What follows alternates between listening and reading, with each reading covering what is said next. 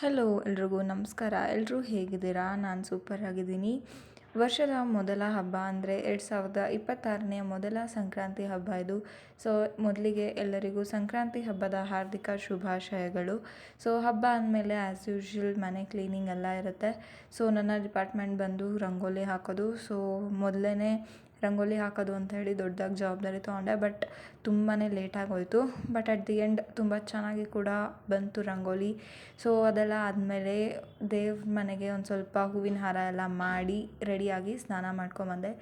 As usual ಎಲ್ಲ ಹೆಣ್ಮಕ್ಳ ಸಮಸ್ಯೆ ಏನು ಹಾಕ್ಕೊಳ್ಳೋದು ಅಂತ ಕಬೋರ್ಡ್ ತೆಗೆದು ಯಾವುದೋ ಒಂದು ಡ್ರೆಸ್ನ ಹುಡುಕೊಂಡೆ ಫೈನಲಿ. ಸೊ ಇವಾಗ ರೆಡಿಯಾಗಿ ಎಲ್ಲ ಸ್ಕಿನ್ ಕೇರ್ ಹಾಗೆಯೇ ಒಂದು ಸ್ವಲ್ಪ ಮೇಕಪ್ನ ಮಾಡಿಕೊಂಡೆ. ಹಾಗೆಯೇ ಕಿವರಿಂಗು ಸರ ಬಳೆ ಅಂತೆಲ್ಲ ಸ್ವಲ್ಪ ಹುಡುಕೊಂಡು ಮಾಡಿ ಅನ್ನೋಷ್ಟೊತ್ತಿಗೆ ಸ್ವಲ್ಪ ಲೇಟ್ ಆಯಿತು. ಆದರೆ ಸಂಕ್ರಾಂತಿ ಹಬ್ಬ ಆಗಿರೋದ್ರಿಂದ ಜಾಸ್ತಿ ಏನು ಪೂಜೆ ಆಗಲಿ ಅಥವಾ ನೈವೇದ್ಯ ಎಲ್ಲ ಜಾಸ್ತಿ ಇರಲ್ವಲ್ಲ. ಸೊ ಹಾಗಾಗಿ ಈಸಿಯಾಗಿ ಧಾರವಾಡ ಪೇಡ ಮಾಡೋಣ ಅಂದ್ಕೊಂಡೆ. ಮೊದಲಿಗೆ ಒಂದು ಸ್ವಲ್ಪ ತುಪ್ಪ ಹಾಕ್ಕೊಂಡು ಹಾಗೆಯೇ ಅದ್ರ ಜೊತೆ ಮಿಲ್ಕ್ ಪೌಡರ್ನ ಕೂಡ ಹಾಕ್ಕೊಂಡು ನಿಧಾನಕ್ಕೆ ತುಪ್ಪನ ಹಾಕ್ಕೊಂಡು ಈ ರೀತಿ ಮಿಲ್ಕ್ ಪೌಡರ್ ಬ್ರೌನ್ ಕಲರ್ ಆಗೋವರೆಗೂ ಚೆನ್ನಾಗಿ ಹುರ್ಕೋಬೇಕು. ಹಾಗೆಯೇ ಅದನ್ನೊಂದು ಸ್ವಲ್ಪ ಆರಕ್ಕೆ ಬಿಟ್ಟು ಮಿಕ್ಸಿ ಮಾಡ್ಕೊಂಡಿದ್ದಾದಮೇಲೆ ಮತ್ತೆ ಗ್ಯಾಸ್ ಮೇಲೆ ಇಟ್ಟು ಒಂದು ಸ್ವಲ್ಪನೇ ಹಾಲು ಹಾಗೆಯೇ ತುಪ್ಪನ ಹಾಕ್ಕೊಂಡು ಕೈ ಆಡಿಸ್ಕೋಬೇಕಾಗುತ್ತೆ.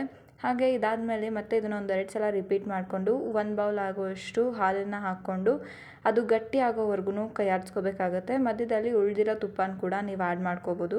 ಹಾಗೆಯೇ ಇದನ್ನು ನೀಟಾಗಿ ಒಂದು ಸ್ವಲ್ಪ ಹೊತ್ತು ಕೈ ಆಡಿಸ್ಕೋಬೇಕಾಗುತ್ತೆ. ಇದಕ್ಕೆ ಪೇಷನ್ಸ್ ಅಂತೂ ಸಿಕ್ಕಾಪಟ್ಟೆ ಇಂಪಾರ್ಟೆಂಟ್. ಸೊ ಈ ಥರ ಕೈಗೆ ಅಂಟದಿರೋವರೆಗೂ ಇದನ್ನು ಚೆನ್ನಾಗಿ ಬಾಡಿಸ್ಕೊಂಡಿದ್ದಾದಮೇಲೆ ಈ ಥರ ತಟ್ಟೆಗೆ ಹಾಕ್ಕೊಂಡು ಪೂರ್ತಿಯಾಗಿ ಆರೋದಕ್ಕೆ ಬಿಡಬೇಕು. ಹಾಗೆಯೇ ಒಂದು ಸ್ವಲ್ಪ ಬೂರ ಸಕ್ಕರೆನ ಹಾಕ್ಕೊಂಡು ಮೇಲೆ ಒಂದು ಸ್ವಲ್ಪ ಏಲಕ್ಕಿ ಪುಡಿ ಹಾಗೆಯೇ ಮತ್ತು ಇನ್ನೊಂದು ಸ್ವಲ್ಪ ಬೂರ ಸಕ್ಕರೆ ನಿಮಗೆ ಕನ್ಸಿಸ್ಟೆನ್ಸಿ ನೋಡಿಕೊಂಡು ಹಾಕ್ಕೋಬೇಕಾಗುತ್ತೆ. ಜಾಸ್ತಿ ಪ್ರೆಸ್ ಮಾಡೋಕ್ಕೆ ಹೋಗಬೇಡಿ. ಸೊ ತುಪ್ಪ ಹಾಕಿರೋದ್ರಿಂದ ಎಲ್ಲ ತುಪ್ಪ ಬಿಟ್ಕೊಳ್ಳುತ್ತೆ. ಲೈಟಾಗಿ ಕಲಿಸ್ಕೊಂಡು ಈ ಥರ ನಿಮ್ಗೆ ಯಾವ ಶೇಪಲ್ಲಿ ಬೇಕೋ ಆ ಶೇಪಲ್ಲಿ ಇದನ್ನು ರೆಡಿ ಮಾಡಿ ಇಟ್ಕೊಂಡು ಇದನ್ನು ಮತ್ತೆ ಬೂರ ಸಕ್ಕರೆಯಲ್ಲಿ ಕೋಟ್ ಮಾಡಿಕೊಂಡ್ರೆ ನಮ್ಮ ಧಾರವಾಡ ಪೇಡ ತುಂಬಾ ಈಸಿಯಾಗಿ ಟೇಸ್ಟಿಯಾಗಿ ರೆಡಿ ಆಗುತ್ತೆ. ಸೊ ತುಂಬಾ ಪೇಷನ್ಸ್ ಇಟ್ಕೊಂಡು ಇದನ್ನು ಟ್ರೈ ಮಾಡಿ. ಏನೇನಿದೆ ಅದರಲ್ಲಿ? ಅನ್ನ, ಸಾಂಬಾರು, ಹಪ್ಪಳ, ಬೋಟಿ, ಉಪ್ಪಿನಕಾಯಿ, ಉಪ್ಪು ಎಲ್ಲ ಇದೆ. ಬನ್ನಿ ಹೋಗೋಣ. ಕಮ್. ಸಂಕ್ರಾಂತಿ ಹಬ್ಬ ಆಗಿದ್ದರಿಂದ ಎಲ್ಲಾದರೂ ಹೊರಗೆ ಹೋಗಿ ಊಟ ಮಾಡೋಣ ಅಂತ ಪ್ಲ್ಯಾನ್ ಮಾಡ್ಕೊಂಡ್ವಿ. ಸೊ ಫ್ಯಾಮಿಲಿ ಅವರೆಲ್ಲ ಸಿಗೋದು ತುಂಬಾ ಅಪರೂಪ. ಸೊ ಹಾಗಾಗಿ ಮನೇಲೇ ಊಟ ಮಾಡೋ ಬದಲು ಹೊರಗಡೆ ಹೋಗೋಣ ಅಂತ ಡಿಸೈಡ್ ಮಾಡ್ಕೊಂಡ್ವಿ. ಸೊ ನಮ್ಮ ಮನೆ ಹತ್ತಿರ ದೇವ್ರ ಬೆಟ್ಟ ಅಂತದೆ. ಸೊ ತುಂಬ ಒಳ್ಳೆ ಪ್ಲೆಸೆಂಟ್ ಜಾಗ.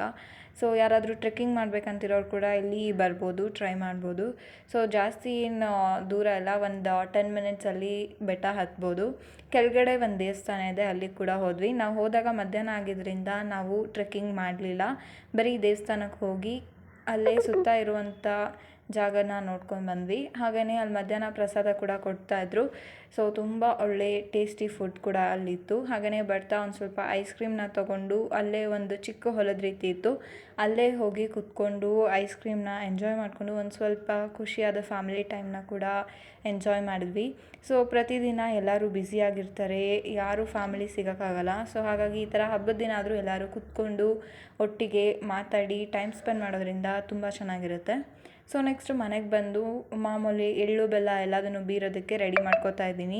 ಚಳಿಗಾಲದಲ್ಲಿ ಎಳ್ಳು, ಕೊಬ್ಬರಿ ಹಾಗೆ ಈ ಥರ ಎಣ್ಣೆ ಪದಾರ್ಥಗಳನ್ನ ಬಳಸೋದ್ರಿಂದ ತುಂಬಾ ಒಳ್ಳೆಯದು. ಎಲ್ಲರಿಗೂ ಮಕರ ಸಂಕ್ರಾಂತಿ ಹಬ್ಬದ ಹಾರ್ದಿಕ ಶುಭಾಶಯಗಳು.